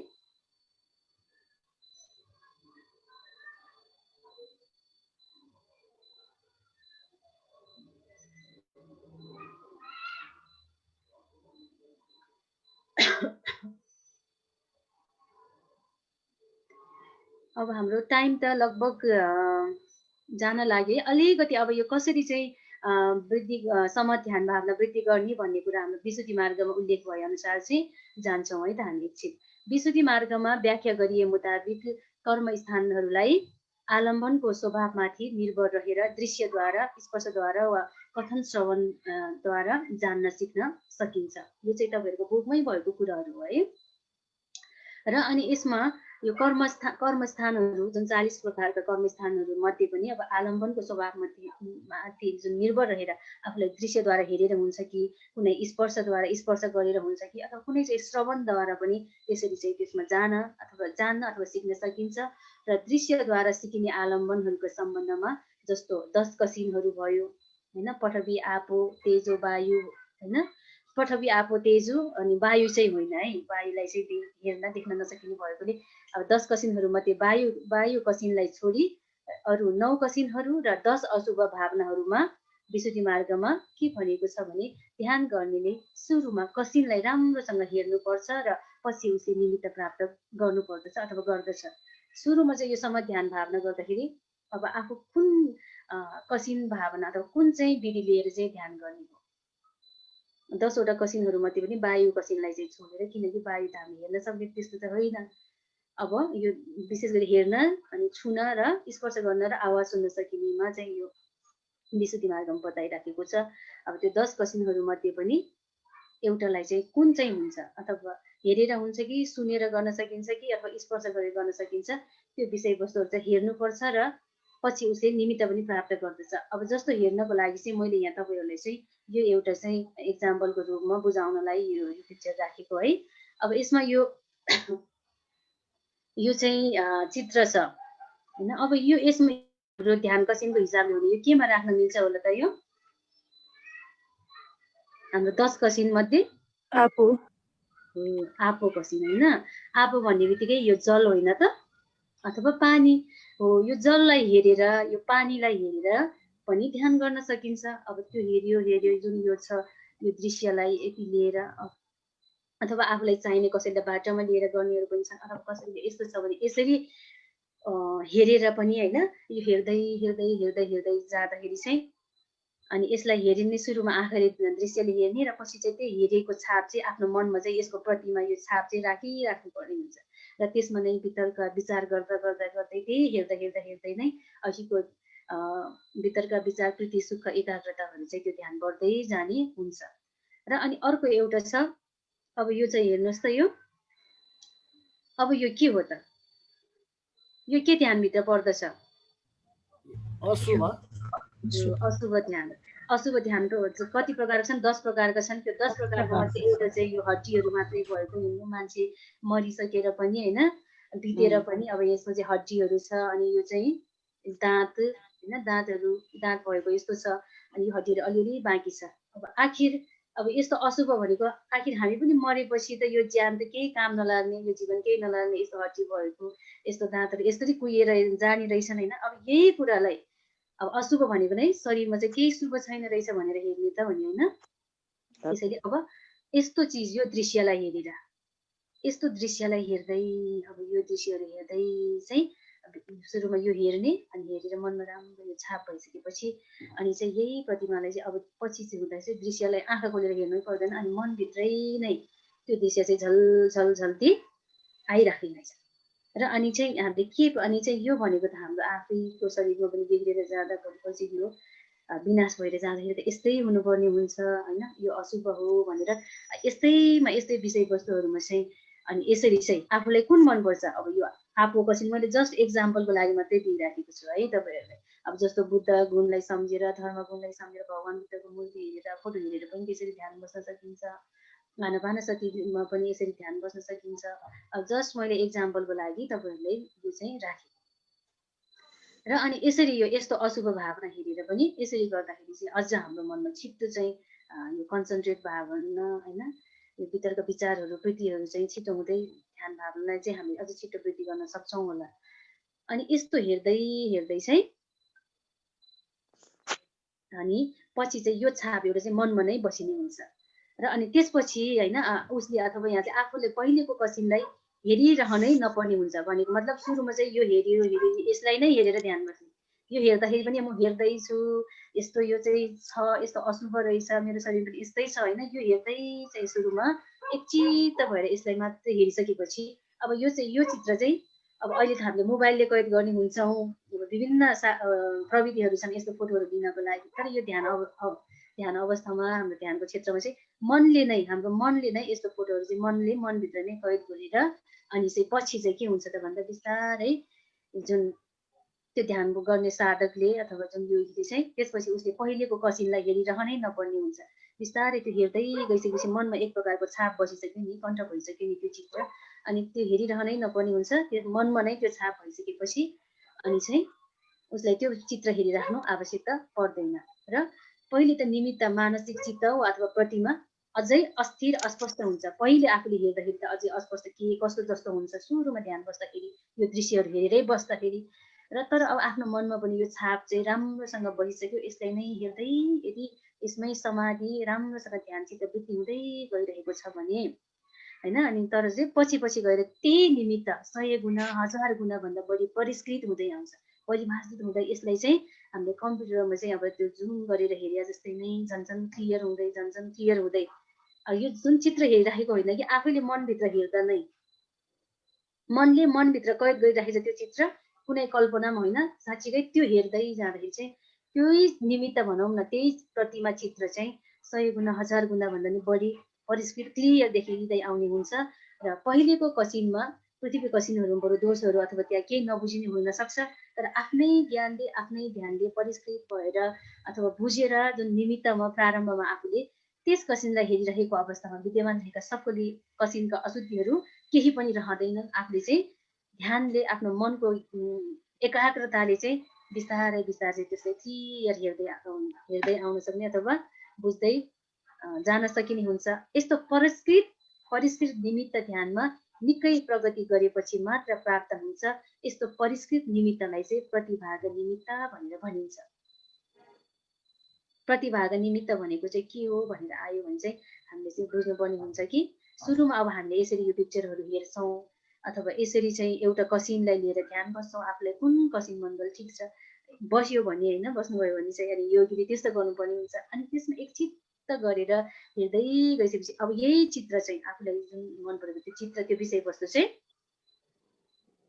अनि हाम्रो मनमा चाहिँ यसको छाप यसको मनमा चाहिँ मानसिक प्रतिमा चित्र मनभित्र रहेको हुन्छ अनि त्यसलाई पनि हेर्दै हेर्दै त्यो जाँदाखेरि चाहिँ अनि एक प्रकारको त्यसमा क्लियर हुँदै स्पष्ट हुँदै आउने हुन्छ झन्झनै क्लियर यो चित्र झन्झनै क्लियर स्पष्ट हुँदै त्यो मानसिक रूपले मनले देखिने त्यस्तो क्लियर हुँदै आइसकेपछि चाहिँ एक प्रकारको चाहिँ अब त्यहाँ चाहिँ के हुन्छ त भन्दाखेरि प्रगाढ रूपले परिष्कृत परिमार्जित राम्रोसँग चाहिँ त्यो खुलस्त रूपले देखिने अवस्था हुन्छ यसरी खुलस्त रूपमा मनले मनभित्र नै त्यो प्रतिमालाई देखेको अवस्थालाई त्यस्तो परिष्कृत निमित्तलाई नै प्रतिभाग निमित्त भनेर भनिन्छ अथवा यो हेरेको दृश्यको प्रतिमा आफ्नो मनभित्र खुलस्त रूपमा त्यो मनले मनभित्र राम्रोसँग हेर्न सक्ने नै यो प्रतिभाग निमित्त भनेर भनिन्छ भनेर यसरी आज चाहिँ हामीले यहाँसम्म गर्छौँ है त हस् गुरुमा फेरि 5 वर्ष लाग्यो है हजुर अनि यो विधिहरू कस्तो छन् भनेर अर्को हप्ता चाहिँ हामीले यो सबै पुस्तक आउँछौँ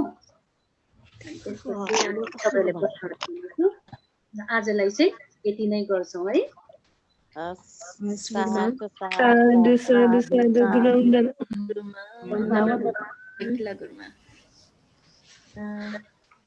सबैजनाले क्लासमा बसिदिनु भयो धेरै धेरै साधुवाद धन्यवाद भन्दै अब हामी क्लास सायद बोधज्ञान भन्दै हुनुहुन्न जस्तो छ है अब आजको क्लासलाई चाहिँ यही नै टुङ्ग्याउँछौँ तपाईँ सबैजनाले क्लासमा बसिदिनु धेरै धेरै धन्यवाद साधुवाद भन्दै आजको कक्षालाई वन्दना गुरुमा क्लास लिदिनु निवारण र ध्यानङ्गको बारेमा यस्तो राम्रोसँग बताइदिनु भएकोमा धेरै धेरै साधु साधु साधु गुरुमा वन्दना गुरुमा तपाईँ सबैजनालाई धेरै धेरै धन्यवाद यो क्लास एन्ड गर्छ है गुरुमा हस् वन्दना वन्दना गुरुमा